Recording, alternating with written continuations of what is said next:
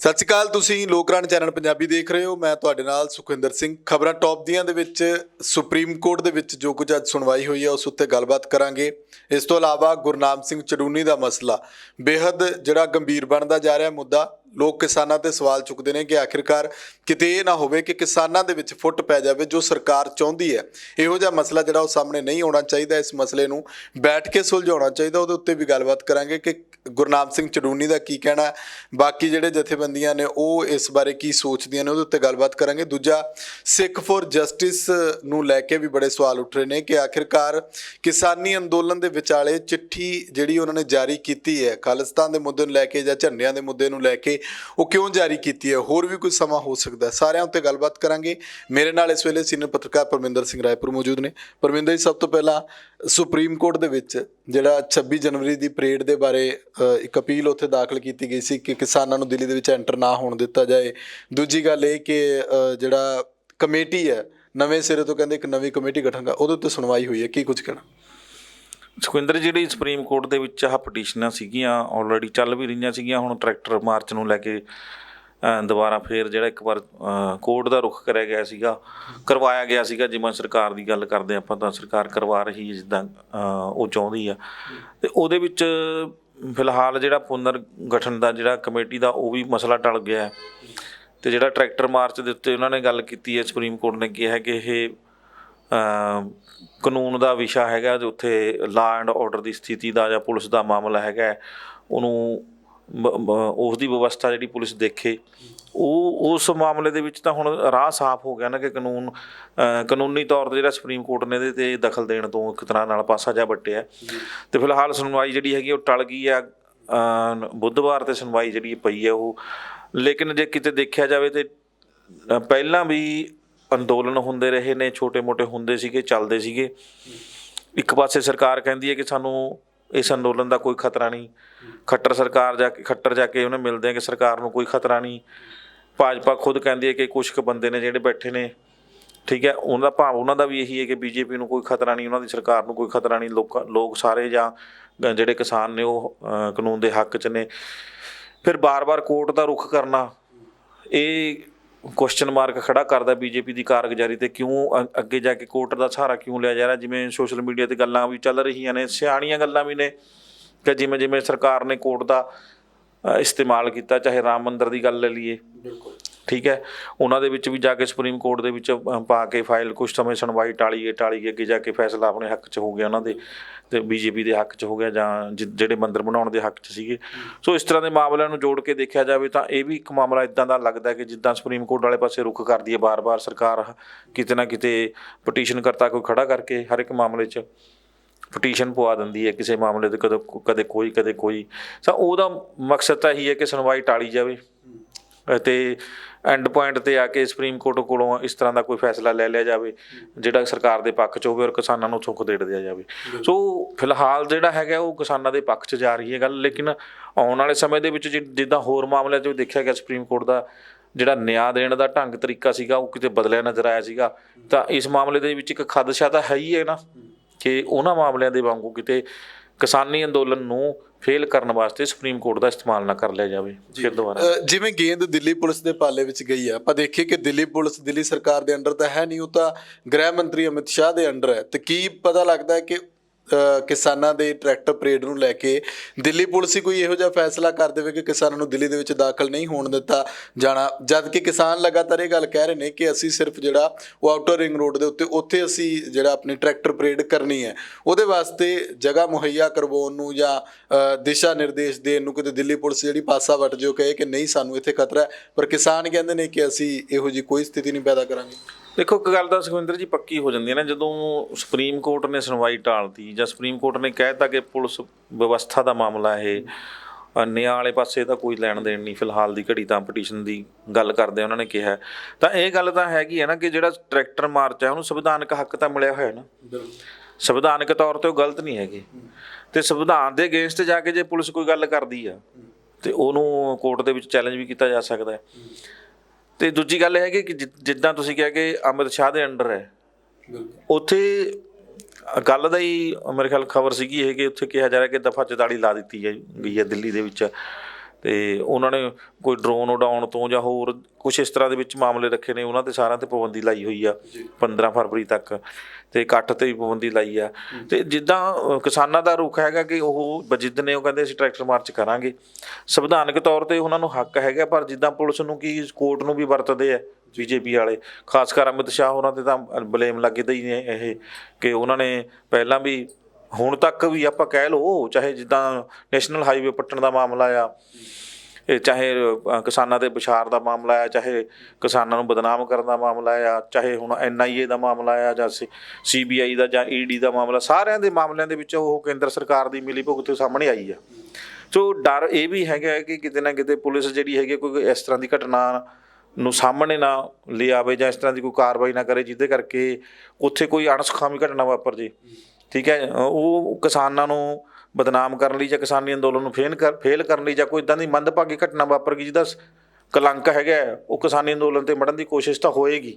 ਪਰ ਜਿੰਨੀ ਕੁ ਸਮਝਦਾਰੀ ਨਾਲ ਆਪਾਂ ਕਹਿ ਲਓ ਅਗਵਾਈ ਹੋ ਰਹੀ ਹੈ, ਜਿੰਨੀ ਕੁ ਸਮਝਦਾਰੀ ਨਾਲ ਲੋਕਾਂ ਨੂੰ ਗਾਈਡ ਕੀਤਾ ਜਾ ਰਿਹਾ ਉੱਥੇ ਸਟੇਜ ਤੋਂ ਜਾਂ ਸੋਸ਼ਲ ਮੀਡੀਆ ਰਾਹੀਂ, ਤਾਂ ਹੋ ਸਕਦਾ ਹੈ ਕਿ ਸ਼ਾਂਤੀ ਪੂਰਵਕ ਇਹ ਮਾਰਚ ਨੇਪਰੇ ਵੀ ਚੜ੍ਹ ਸਕਦਾ, ਪਰੰਤੂ ਪੁਲਿਸ ਵੱਲੋਂ ਕੋਸ਼ਿਸ਼ ਤਾਂ ਹੀ ਹੋਏਗੀ ਕਿ ਉਹ ਮਾਰਚ ਜਿਹੜਾ ਹੈਗਾ ਉਹਨੂੰ ਕਿਤੇ ਨਾ ਕਿਤੇ ਰੋਕਿਆ ਜਾਵੇ, ਉਹ ਨਾ ਹੋਵੇ। ਜੀ ਬਿਲਕੁਲ। ਇੱਕ ਜਿਹੜੀ ਕਹਿੰਦੇ ਨੇ ਕਿ ਹੋਰ ਕਮੇਟੀ ਬਣਾ ਲਓ, ਕੋਈ ਨਵੀਂ ਕਮੇਟੀ ਬਣਾ ਲਓ, ਜਿਹੜੀ ਕਮੇਟੀ ਸੁਪਰੀਮ ਕੋਰਟ ਨੇ ਬਣਾਈ ਹੈ ਉਹਨੂੰ ਮੰਨਿਆ ਨਹੀਂ ਜਾ ਰਿਹਾ। ਕੀ ਲੱਗਦਾ ਹੈ ਕਿ ਇਹ ਫੈਸਲਾ ਜਿਹੜਾ ਇਹ ਵੀ ਕਿਸਾਨਾਂ ਦੇ ਪੱਖ ਵਿੱਚ ਜਾਊਗਾ ਕਿ ਦੂਸਰੀ ਕਮੇਟੀ ਨਾਲ, ਜਦ ਕਿ ਬਾਕੀ ਕਿਸਾਨ ਜਥੇਬੰਦੀਆਂ ਕਹਿੰਦੀਆਂ ਕਿ ਅਸੀਂ ਇਸ ਦੇ ਹੱਕ ਵਿੱਚ ਨਹੀਂ, ਨਾ ਇਹ ਕਮੇਟੀ ਤੇ ਨਾ ਕੋਈ ਹੋਰ ਕਮੇਟੀ, ਜਿਹੜੀ ਜਥੇਬੰਦੀ ਨੇ ਉੱਥੇ ਅਪੀਲ ਪਾਈ ਹੈ, ਕੀ ਲੱਗਦਾ ਹੈ ਕਿ ਉਸ ਦੇ ਨਾਲ ਕਿਸਾਨਾਂ ਦਾ ਕੋਈ ਫਾਇਦਾ ਹੋ ਸਕਦਾ? ਸੁਖਵਿੰਦਰ ਜੀ, ਕਮੇਟੀਆਂ ਬਣਾਉਣ ਦਾ ਮਤਲਬ ਤਾਂ ਕੋਈ ਰਹਿ ਨਹੀਂ ਜਾਂਦਾ। ਵੈਸੇ ਕਿਸਾਨ ਐਂ ਕਹਿ ਲਓ ਕਿ ਕਿਸਾਨ ਜਿਹੜੇ ਹੈਗੇ ਹਰ ਇੱਕ ਜਿਹੜਾ ਕਹਿ ਲਓ ਪੱਖ ਲਿਆ ਜਾ ਰਿਹਾ ਜਾਂ ਜਿਹੜਾ ਰਾਹ ਖੋਲ੍ਹਣ ਦੀ ਕੋਸ਼ਿਸ਼ ਕਰਦੀ ਹੈ ਕੇਂਦਰ ਸਰਕਾਰ, ਤਾਂ ਉਹਦੇ 'ਤੇ ਹਾਂ ਪੱਖੀ ਰਵੱਈਆ ਦੇ ਰਹੇ ਨੇ ਕਿਸਾਨ ਆਗੂ ਨੇ ਜਿਹੜੇ। ਲੇਕਿਨ ਜਦੋਂ ਕਿਸਾਨ ਖੁਦ ਆ ਕੇ ਖੁਦ ਸਰਕਾਰ ਦੇ ਨੁਮਾਇੰਦਿਆਂ ਨਾਲ, ਜਿਨ੍ਹਾਂ ਨੂੰ ਮੋਦੀ ਦੀ ਕੈਬਨਿਟ ਨੇ ਜਾਂ ਮੋਦੀ ਦੀ ਟੀਮ ਨੇ ਨਿਯੁਕਤ ਕਰਕੇ ਅੱਗੇ ਬਿਠਾਇਆ, ਉਹਨਾਂ ਨਾਲ ਸਿੱਧੀ ਗੱਲਬਾਤ ਕਰ ਰਹੇ ਨੇ, ਕਮੇਟੀ ਦਾ ਕੀ ਮਸਲਾ ਰਹਿ ਜਾਂਦਾ? ਫਿਰ ਵਿਚਾਲੇ ਕਿਸ ਚੀਜ਼ ਦਾ ਓਲਾ ਆ ਜਿਹੜਾ ਕਮੇਟੀ ਦੂਰ ਕਰੇਗੀ, ਕਿਸ ਚੀਜ਼ ਦਾ ਪਰਦਾ ਹੈ ਜਿਹੜਾ ਕਮੇਟੀ ਚੱਕੇਗੀ? ਉਹ ਕਮੇਟੀ ਦਾ ਤਾਂ ਮਸਲਾ ਨਹੀਂ ਰਹਿ ਜਾਂਦਾ, ਆਮੋ ਸਾਹਮਣੇ ਬੈਠ ਕੇ ਗੱਲ ਹੋ ਰਹੀ ਹੈ, ਦੋ ਟੁਕ ਗੱਲ ਹੈ, ਜਿਨ੍ਹਾਂ ਨੇ ਕਰਨਾ ਹੈ ਉਹਨਾਂ ਨਾਲ ਗੱਲ ਹੈ। ਕਮੇਟੀ ਕੀ ਕਰੇਗੀ? ਕਮੇਟੀ ਦਾ ਕੰਮ ਕੀ ਹੋਏਗਾ? ਕਮੇਟੀ ਕੀ ਗੱਲਬਾਤ ਕਰਕੇ ਅੱਗੇ ਫਿਰ ਦੂਜੇ ਪਾਸੇ ਜੋ ਜਾਂ ਤਾਂ ਕਮੇਟੀ ਦੇ ਹੱਥ ਹੋਵੇ ਕਿ ਇਹ ਮੋਦੀ ਨੂੰ ਕਹਿ ਦੇਗੀ ਤਾਂ ਰੱਦ ਹੋ ਸਕਦੇ ਨੇ, ਜੇ ਇਹਨਾਂ ਨੇ ਕਹਿਤਾ ਕਿ ਚੱਲਣਗੇ ਤਾਂ ਲਾਗੂ ਰਹਿਣਗੇ। ਇਹ ਤਾਂ ਗੱਲ ਹੈ ਨਹੀਂ, ਉਹਨਾਂ ਨੇ ਤਾਂ ਲੈ ਕੇ ਫੈਸਲਾ ਅੱਗੇ ਜਾਣਾ। ਫਿਰ ਉਹਦਾ ਮਤਲਬ ਕੀ? ਇਹ ਤਾਂ ਗੱਲ ਹੈ ਵੀ ਉਹਨਾਂ ਨੂੰ ਕਿਤੇ ਨਾ ਕਿਤੇ ਟਾਲਿਆ ਜਾਵੇ, ਹੋਰ ਲੰਮਾ ਸੰਘਰਸ਼ ਹੋਊਗਾ। ਜਿਵੇਂ ਜਿਵੇਂ ਹੁਣ ਤੁਸੀਂ ਦੇਖ ਹੀ ਰਹੇ ਹੋ, ਸੰਘਰਸ਼ ਦਾ ਖਲਾਰਾ ਪੈਂਦਾ ਲੋਕਾਂ ਵੱਲੋਂ, ਹਾਲਾਂਕਿ ਜਿਹੜੇ ਆਗੂ ਨੇ ਉੱਥੇ ਉਹਨਾਂ ਵੱਲੋਂ ਨਹੀਂ, ਲੋਕਾਂ ਵੱਲੋਂ ਇੰਨਾ ਕੁ ਖਲਾਰਾ ਪਾਇਆ ਜਾ ਰਿਹਾ ਕਿ ਉਹਨੂੰ ਚੌ ਪਾਸਿਆਂ ਤੋਂ ਉਹਨੂੰ ਐ ਖੰਡਾਇਆ ਜਾ ਰਿਹਾ ਕਿ ਕਿਸੇ ਤਰ੍ਹਾਂ ਇਹ ਥੋੜ੍ਹੇ ਖਿੰਡ ਜਾਣ, ਪਰੇ ਹੋ ਜਾਣ, ਦੂਰ ਹੋ ਜਾਣ, ਅਤੇ ਇਹਨਾਂ ਦੀਆਂ ਜਿਹੜੀਆਂ ਵਿਚਾਰਧਾਰਾ ਜਿਹੜੀ ਇੱਕ ਚੱਲ ਰਹੀ ਹੈ ਉਹ 'ਚ ਵਖਰੇਵਾਂ ਪੈ ਜੇ ਅਤੇ ਫਿਰ ਜਿਹੜਾ ਸਰਕਾਰ ਇਹਦਾ ਫਾਇਦਾ ਲੈ ਲਵੇ। ਉਹ ਚੀਜ਼ ਲੰਮਾ ਸਮਾਂ ਜਿਹੜਾ ਹੈਗਾ ਕੱਢਣ ਦੀ ਕੋਸ਼ਿਸ਼ ਕੀਤੀ ਜਾ ਰਹੀ ਹੈ। ਲੇਕਿਨ ਕਿਸਾਨ ਆਗੂ ਤਿਆਰ ਨੇ, ਉਹ ਕਹਿੰਦੇ ਅਸੀਂ 2024 ਤੱਕ ਬੈਠੇ ਹਾਂ, ਸਾਨੂੰ ਕੋਈ ਮਤਲਬ ਨਹੀਂ ਹੈਗਾ ਇੱਦਾਂ ਦਾ, ਜਿਹੜੇ ਕੋਈ ਰੌਲਾ ਪਾਉਂਦੇ ਪਾ ਲੈਣ ਤੋਂ। ਬਿਲਕੁਲ। ਜਿਵੇਂ ਭਾਰਤੀ ਕਿਸਾਨ ਯੂਨੀਅਨ ਹਰਿਆਣਾ ਦੇ ਜਿਹੜੇ ਪ੍ਰਧਾਨ ਨੇ ਗੁਰਨਾਮ ਸਿੰਘ ਚੜੂਨੀ, ਉਹਨਾਂ ਨੂੰ ਲੈ ਕੇ ਕਾਫੀ ਵਿਵਾਦ ਖੜਾ ਹੋ ਰਿਹਾ। ਉਹ ਵੀ ਲਗਾਤਾਰ ਉਸ ਗੱਲ ਨੂੰ ਲੈ ਕੇ ਜਵਾਬ ਦੇ ਰਹੇ ਨੇ ਕਿ ਮੇਰੀ ਜਿਹੜੀ ਉਹ ਸਿਆਸੀ ਪਾਰਟੀਆਂ ਦੇ ਨਾਲ ਜਿਹੜੀ ਉਹ ਮੁਲਾਕਾਤ ਹੋਈ ਹੈ, ਜਿਹਨੂੰ ਲੈ ਕੇ ਕਿਹਾ ਜਾ ਰਿਹਾ ਸੀ ਕਿ ਸ਼ਾਇਦ ਕੋਈ ਜਿਹੜੀ ਸੰਸਦ ਆ ਉਹ ਸੱਦੀ ਜਾਣੀ ਆ। ਗੁਰਨਾਮ ਸਿੰਘ ਚੜੂਨੀ ਨੂੰ ਕਿਸ ਤਰ੍ਹਾਂ ਦੇਖਦੇ ਹੋ ਇਸ ਸਭ ਦੇ ਵਿੱਚ, ਉਹਨਾਂ ਦੇ ਰੋਲ ਨੂੰ? ਕਿਉਂਕਿ ਸ਼ੁਰੂ ਤੋਂ ਲੈ ਕੇ ਗੁਰਨਾਮ ਸਿੰਘ ਚੜੂਨੀ ਕਾਫੀ ਚਰਚਾ ਵਿੱਚ ਰਹੇ ਨੇ, ਜਿਹੋ ਜਿਹੀ ਉਹ ਬਿਆਨਬਾਜ਼ੀ ਕਰਦੇ ਨੇ, ਜਿਹੋ ਜਿਹੇ ਫੈਸਲੇ ਲੈਂਦੇ ਨੇ।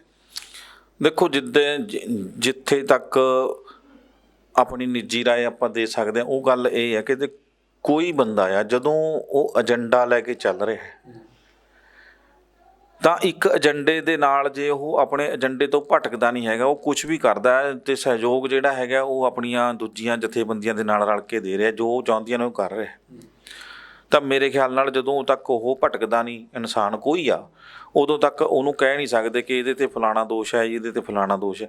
ਮੀਟਿੰਗ ਕਿਸੇ ਨਾਲ ਹੋ ਵੀ ਸਕਦੀ ਹੈ, ਕੋਈ ਹੋਰ ਵੀ ਗੱਲ ਹੋ ਸਕਦੀ ਹੈ। ਹਾਲਾਂਕਿ ਚੜੂਨੀ ਨੇ ਸਾਰੇ ਦੋਸ਼ਾਂ ਨੂੰ ਇੱਕ ਤਰ੍ਹਾਂ ਨਾਲ ਨਕਾਰਿਆ। ਉਹ ਕਮੇਟੀ ਦਾ ਜਿਹੜਾ ਕਮੇਟੀ ਗਠਿਤ ਕੀਤੀ ਗਈ ਆ ਉਹਦੇ 'ਤੇ ਉਹਦੀ ਜਾਂਚ ਕਰੇਗੀ, ਜਾਂ ਉਹ ਤੋਂ ਬਾਅਦ ਜੋ ਫੈਸਲਾ ਲੈਂਦੇ ਉਹ ਤੋਂ ਬਾਅਦ ਬੋਲਣ ਦੀ ਗੱਲ ਕਰ ਰਹੇ ਹਾਂ ਚੜੂਨੀ ਸਾਹਿਬ। ਲੇਕਿਨ ਜਿੱਦਾਂ ਉਹ ਗੱਲ ਇਹ ਸੀ ਕਿ ਜਿੱਦਾਂ ਹਰਿਆਣਾ ਸਰਕਾਰ ਦੇ ਉੱਤੇ ਦਬਾਅ ਬਣਿਆ ਸੀਗਾ ਖੱਟਰ ਦੇ ਉੱਤੇ, ਜਿੱਦਾਂ ਉਹਦੇ ਵਿੱਚ ਚੜੂਨੀ ਦਾ ਰੋਲ ਸੀ, ਜਿੱਦਾਂ ਉਹ ਬਿਆਨ ਦੇ ਰਹੇ ਸੀ ਜਿੱਦਾਂ ਉਹ ਜ਼ਿੰਮੇਵਾਰੀ ਚੱਕਣ ਨੂੰ ਤਿਆਰ ਸੀਗੇ, ਕਿਸਾਨਾਂ ਦੇ ਮੂਹਰੇ ਹੋ ਕੇ ਲੜ ਰਹੇ ਸੀ, ਤਾਂ ਉਹਨਾਂ ਨੂੰ ਤਾਂ ਟਿੱਬੀ ਲਾਉਣੀ ਜ਼ਰੂਰੀ ਸੀ ਨਾ। ਉਹ ਕਿਤੇ ਨਾ ਕਿਤੇ ਜਾ ਕੇ ਕੋਈ ਇਸ ਤਰ੍ਹਾਂ ਦਾ ਆਪਾਂ ਕਹਿ ਸਕਦੇ ਹਾਂ ਕਿ ਉਹਨਾਂ ਦੇ ਖਿਲਾਫ ਕੋਈ ਇੱਦਾਂ ਦੀ ਸਾਜ਼ਿਸ਼ ਘੜੀ ਗਈ, ਇੱਦਾਂ ਦੀ ਚਾਲ ਖੇਡੀ ਗਈ ਜਿਹੜੀ ਪੁੱਠੀ ਪੈ ਰਹੀ ਹੈ ਹੁਣ, ਅਤੇ ਆਉਣ ਵਾਲਾ ਸਮਾਂ ਸਿੱਧ ਵੀ ਕਰ ਦੇਗਾ। ਪਰ ਇੱਦਾਂ ਦੀਆਂ ਗੱਲਾਂ ਜਦੋਂ ਆਪਾਂ ਬਗਾਵਤ ਕਰਦੇ ਹਾਂ ਨਾ, ਸਰਕਾਰ ਦੇ ਨਾਲ ਮੱਥਾ ਲਾਉਂਦੇ ਹਾਂ, ਜਦੋਂ ਆਪਣੀਆਂ ਹੱਕੀ ਮੰਗਾਂ ਦੀ ਲੜਦੇ ਹਾਂ, ਤਾਂ ਇੱਦਾਂ ਦੇ ਬਲੇਮ, ਇੱਦਾਂ ਦੀਆਂ ਜਿਹੜੀਆਂ ਆਪਾਂ ਕਹਿ ਲਓ ਕਲੰਕ, ਉਹ ਮੜਨ ਦੀ ਕੋਸ਼ਿਸ਼ ਕਰੀ ਜਾਂਦੀ ਹੈ, ਕਿਉਂਕਿ ਸਰਕਾਰ ਦੇ ਹੱਥ ਪਾਵਰ ਹੁੰਦੀ ਹੈ, ਸਰਕਾਰ ਕੁਛ ਵੀ ਕਰ ਸਕਦੀ ਹੈ। ਅਤੇ ਇੱਦਾਂ ਦੀਆਂ ਗੱਲਾਂ ਆਪਾਂ ਕਹਿ ਸਕਦੇ ਹਾਂ ਕਿ ਕਿਸੇ ਵੀ ਆਗੂ 'ਤੇ ਲੱਗ ਸਕਦੀਆਂ ਨੇ, ਦੋਸ਼ ਇੱਦਾਂ ਦੇ ਕਿਸੇ ਵੀ ਆਗੂ 'ਤੇ ਲੱਗ ਸਕਦੇ ਨੇ, ਪਰ ਇਹਨਾਂ ਨੂੰ ਅਹਿਮੀਅਤ ਦੇਣੀ ਅੰਟਿਲ ਅਨਲੈਸ, ਜਦੋਂ ਤੱਕ ਉਹ ਬੰਦਾ ਜਿਹਦੇ ਬੰਦੇ 'ਤੇ ਦੋਸ਼ ਲੱਗ ਰਹੇ ਨੇ ਉਹ ਆਪਣੇ ਮਕਸਦ ਤੋਂ ਨਹੀਂ ਭਟਕਦਾ, ਉਹ ਜਥੇਬੰਦੀਆਂ ਤੋਂ ਪਰੇ ਹੋ ਕੇ ਚੱਲਦਾ ਹੈ, ਤਾਂ ਉਹ ਆਪਣੇ ਮਕਸਦ ਨੂੰ ਫੇਲ ਕਰਨ ਦੇ ਵਿੱਚ ਕੋਈ ਕਾਰਵਾਈ ਕਰਦਾ ਹੈ, ਉਦੋਂ ਤੱਕ ਉਸ ਬੰਦੇ 'ਤੇ ਸਿਰਫ ਦੋਸ਼ ਹੀ ਹੋ ਸਕਦੇ ਨੇ, ਲਾਈ ਜਾਣ ਤੋਂ ਜਿੰਨੇ ਲਾਉਂਦੇ ਨੇ। ਆਉਣ ਵਾਲਾ ਸਮਾਂ ਜੇ ਇਹ ਦੋਸ਼ ਸਹੀ ਹੋਏ ਤਾਂ ਵੀ ਸਾਹਮਣੇ ਆ ਜਾਣਗੇ, ਜੇ ਚੜੂਨੀ ਸਾਹਿਬ ਸਹੀ ਹੋਏ ਤਾਂ ਵੀ ਉਹ ਸਾਹਮਣੇ ਆ ਜਾਣਗੇ ਵੀ ਹਾਂ ਇਹ ਗਲਤ ਸਾਜ਼ਿਸ਼ ਸੀਗੀ ਘੜੀ ਗਈ ਹੈ, ਜਿਹੜੀ ਸਿਰਫ ਤੇ ਸਿਰਫ ਆਪਾਂ ਫਿਲਹਾਲ ਦੀ ਘੜੀ ਇਹ ਕਿਹਾ ਜਾ ਸਕਦਾ ਕਿ ਇਹਨਾਂ ਆਗੂਆਂ ਦੇ ਉੱਤੇ ਦੋਸ਼ ਲੱਗਣੇ ਤਾਂ ਪਹਿਲਾਂ ਤੋਂ ਹੀ ਤੈਅ ਹੀ ਸੀਗੇ, ਉਹ ਤਾਂ ਸਿਰਫ ਮੌਕਾ ਆ, ਭਾਲ ਰਹੇ ਆ। ਬੀਜੇਪੀ ਵਾਲੇ ਹੁਣ ਦੇਖ ਰਹੇ ਆ ਵੀ ਕਿਹੜੇ ਬੰਦੇ ਨੂੰ ਕਿਸ ਤਰ੍ਹਾਂ ਸਕੰਜੇ ਦੇ ਵਿੱਚ ਹੀ ਲਿਆ ਜਾਵੇ ਤਾਂ ਕਿ ਇਸ ਅੰਦੋਲਨ ਨੂੰ ਖੰਡਾਇਆ ਜਾ ਸਕੇ। ਬਿਲਕੁਲ ਬਿਲਕੁਲ। ਅਖੀਰ ਦੇ ਵਿੱਚ ਸਿੱਖ ਫੋਰ ਜਸਟਿਸ ਨੇ ਚਿੱਠੀ ਜਿਹੜੀ ਭੇਜੀ, ਇੱਕ ਪਾਸੇ ਦਾ ਸੁਪਰੀਮ ਕੋਰਟ ਦੇ ਵਿੱਚ ਖਾਲਿਸਤਾਨ ਦੀ ਗੱਲ ਹੋਈ, ਸੁਪਰੀਮ ਕੋਰਟ ਨੇ ਕਿਹਾ ਕਿ ਇਹਨੂੰ ਲੈ ਕੇ ਹਲਫਨਾਮਾ ਦਾਇਰ ਕਰੋ, ਪਤਾ ਚੱਲਣਾ ਚਾਹੀਦਾ ਕਿੱਦਾਂ ਜਿਹੜੀਆਂ ਸੁਰੱਖਿਆ ਏਜੰਸੀਆਂ ਕੰਮ ਕਰ ਰਹੀਆਂ, ਕਿੱਦਾਂ ਉੱਥੇ ਕਹਿੰਦੇ ਖਾਲਿਸਤਾਨ ਨੂੰ ਲੈ ਕੇ ਜਿਹੜੇ ਲੋਕ ਬੜਾਵਾ ਦੇਣ ਦੀ ਕੋਸ਼ਿਸ਼ ਕਰ ਰਹੇ ਨੇ, ਕਿਸਾਨਾਂ ਦੇ ਅੰਦੋਲਨ ਦੇ ਵਿਚਾਲੇ ਉਹਨੂੰ ਹਾਈਜੈਕ ਕਰਨ ਦੀ ਕੋਸ਼ਿਸ਼ ਕਰ ਰਹੇ ਨੇ। ਦੂਜੇ ਪਾਸੇ ਸਿੱਖ ਫੋਰ ਜਸਟਿਸ ਜਦੋਂ ਬਾਹਰੋਂ ਇਹ ਚਿੱਠੀ ਜਾਰੀ ਕਰਦਾ ਲਾਲ ਕਿਲੇ ਨੂੰ ਲੈ ਕੇ ਕਿ ਉੱਥੇ ਝੰਡਾ ਫਹਿਰਾਓ, ਕੀ ਤੁਹਾਨੂੰ ਲੱਗਦਾ ਕਿ ਇਸ ਸਮੇਂ ਦੌਰਾਨ ਇਹੋ ਜਿਹਾ ਕਦਮ ਚੁੱਕ ਲੈਣਾ ਚਾਹੀਦਾ ਹੈ, ਜਦ ਕਿ ਸਿੱਖ ਫੋਰ ਜਸਟਿਸ ਆਲਰੇਡੀ ਬੈਨ ਹੈ ਇੰਡੀਆ ਦੇ ਵਿੱਚ, ਪਰ ਫਿਰ ਵੀ ਉਹ ਇਹੋ ਜਿਹੀਆਂ ਕਰਤੂਤਾਂ ਜਿਵੇਂ ਉਹ ਪਹਿਲਾਂ ਵੀ ਕਰ ਚੁੱਕਿਆ ਹੁਣ ਫੇਰ ਕਰ ਰਿਹਾ, ਇਹਦੇ ਨਾਲ ਕਿਤੇ ਨਾ ਕਿਤੇ ਅੰਦੋਲਨ ਨੂੰ ਢਾਹ ਲੱਗਦੀ ਹੈ। ਸਮਝ ਨਹੀਂ ਜਾਣਾ ਚਾਹੀਦਾ ਸਿੱਖ ਫੋਰ ਜਸਟਿਸ ਨੂੰ ਕਿ ਜਦੋਂ ਮਸਲਾ ਕਿਸਾਨੀ ਦਾ ਹੈ, ਜਦੋਂ ਮਸਲਾ ਦੇਸ਼ ਵਿੱਚ ਬੈਠੇ ਲੋਕਾਂ ਦਾ ਹੈ, ਤਾਂ ਉੱਥੇ ਨੁਕਤਾਚੀਨੀ ਜਾਂ ਇਹੋ ਜਿਹੀ ਕੋਈ ਗੱਲ ਕਰ ਦੇਣੀ ਜਿਹਦੇ ਨਾਲ ਮੌਕਾ ਮਿਲ ਜੇ ਵਿਰੋਧੀਆਂ ਨੂੰ ਹੋਰ ਉੱਪਰ ਆਉਣ ਦਾ। ਸੁਖਵਿੰਦਰ ਜੀ, ਇੱਥੇ ਨਾ ਹਰ ਇੱਕ ਬੰਦਾ ਆਪਣੀ ਚਮਕ ਦਮਕ ਦਿਖਾਉਣ ਦੀ ਕੋਸ਼ਿਸ਼ ਕਰ ਰਿਹਾ, ਇਸ ਇਕੱਠ ਨੂੰ ਕੈਸ਼ ਕਰਨ ਦੀ ਕੋਸ਼ਿਸ਼ ਕਰ ਰਿਹਾ। ਇਹਦੇ ਵਿੱਚ ਜਿਹੜੇ ਬੰਦਿਆਂ ਨੂੰ ਪਤਾ ਹੈ ਕਿ ਸਾਡਾ ਮਕਸਦ ਇੱਕ ਹੈ, ਅਸੀਂ ਉਹਨੂੰ ਆਪਣੇ ਮਕਸਦ ਨੂੰ ਲੈ ਕੇ ਕਾਮਯਾਬ ਹੋਣਾ ਆ, ਤਾਂ ਉਹ ਬੰਦੇ ਉੱਥੇ ਬੈਠੇ ਨੇ, ਉਹਨਾਂ ਦੇ ਵਿੱਚ ਕੋਈ ਹਲਚਲ ਨਹੀਂ ਹੈਗੀ, ਉਹਨਾਂ ਦੇ ਵਿੱਚ ਇਸ ਤਰ੍ਹਾਂ ਦੇ ਬਿਆਨਾਂ ਦੀ ਕੋਈ ਪਰਵਾਹ ਨਹੀਂ ਹੈਗੀ ਉਹਨਾਂ ਦੇ ਵਿੱਚ ਕੋਈ ਇੱਦਾਂ ਦੇ ਜਿਹੜੇ ਦੋਸ਼ ਜਿਵੇਂ ਚੜੂਨੀ 'ਤੇ ਲੱਗੇ ਨੇ ਉਹਨਾਂ ਨੂੰ ਕੋਈ ਉਹ ਲੈ ਕੇ ਬੇਪਰਵਾਹ ਨੇ, ਉਹਨਾਂ ਨੂੰ ਕੋਈ ਫਰਕ ਨਹੀਂ ਪੈਂਦਾ, ਉਹਨਾਂ ਨੂੰ ਪਤਾ ਹੈ ਕਿ ਇਹ ਸਾਰਾ ਕੁਛ ਹੋਣਾ ਹੀ ਆ।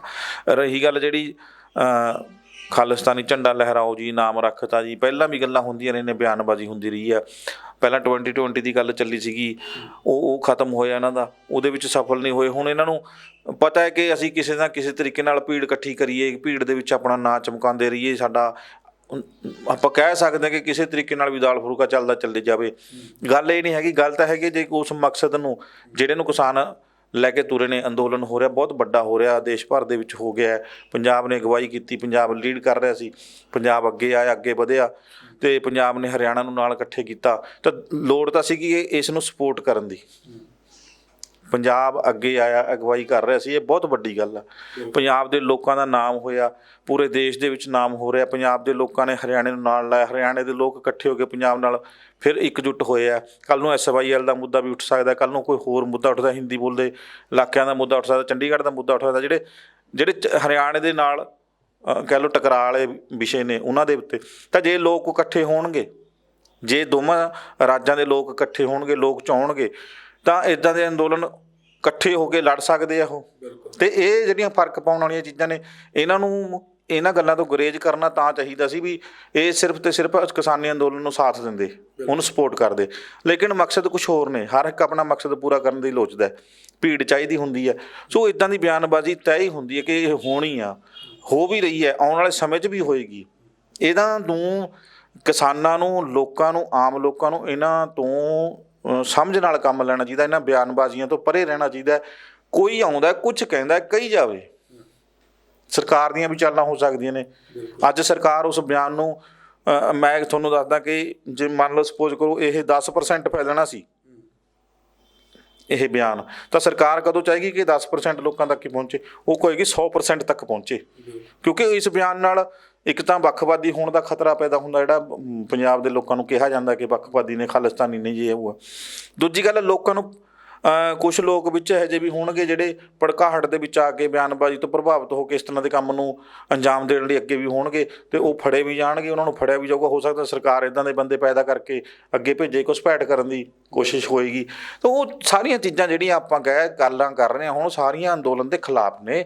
ਸੋ ਲੋਕਾਂ ਨੂੰ ਇਹ ਚਾਹੀਦਾ ਕਿ ਇਹਨਾਂ ਬਿਆਨਬਾਜ਼ੀਆਂ, ਇਹਨਾਂ ਦੋਸ਼ਾਂ, ਇੱਦਾਂ ਦੇ ਭੜਕਾਹਟ ਵਾਲੇ ਬਿਆਨਾਂ ਦੇ ਪ੍ਰਭਾਵਿਤ ਹੋ ਕੇ ਕਾਰਵਾਈਆਂ ਕਰਨ ਤੋਂ ਬਚੇ ਰਹਿਣ ਅਤੇ ਕਿਸਾਨੀ ਅੰਦੋਲਨ ਦਾ ਸਾਥ ਦੇਣ। ਕਿਸਾਨੀ ਆਗੂਆਂ ਦੀਆਂ ਜਿਹੜੀਆਂ ਹਦਾਇਤਾਂ ਨੇ ਉਹਨਾਂ ਦੇ ਨਾਲ ਚੱਲਣ।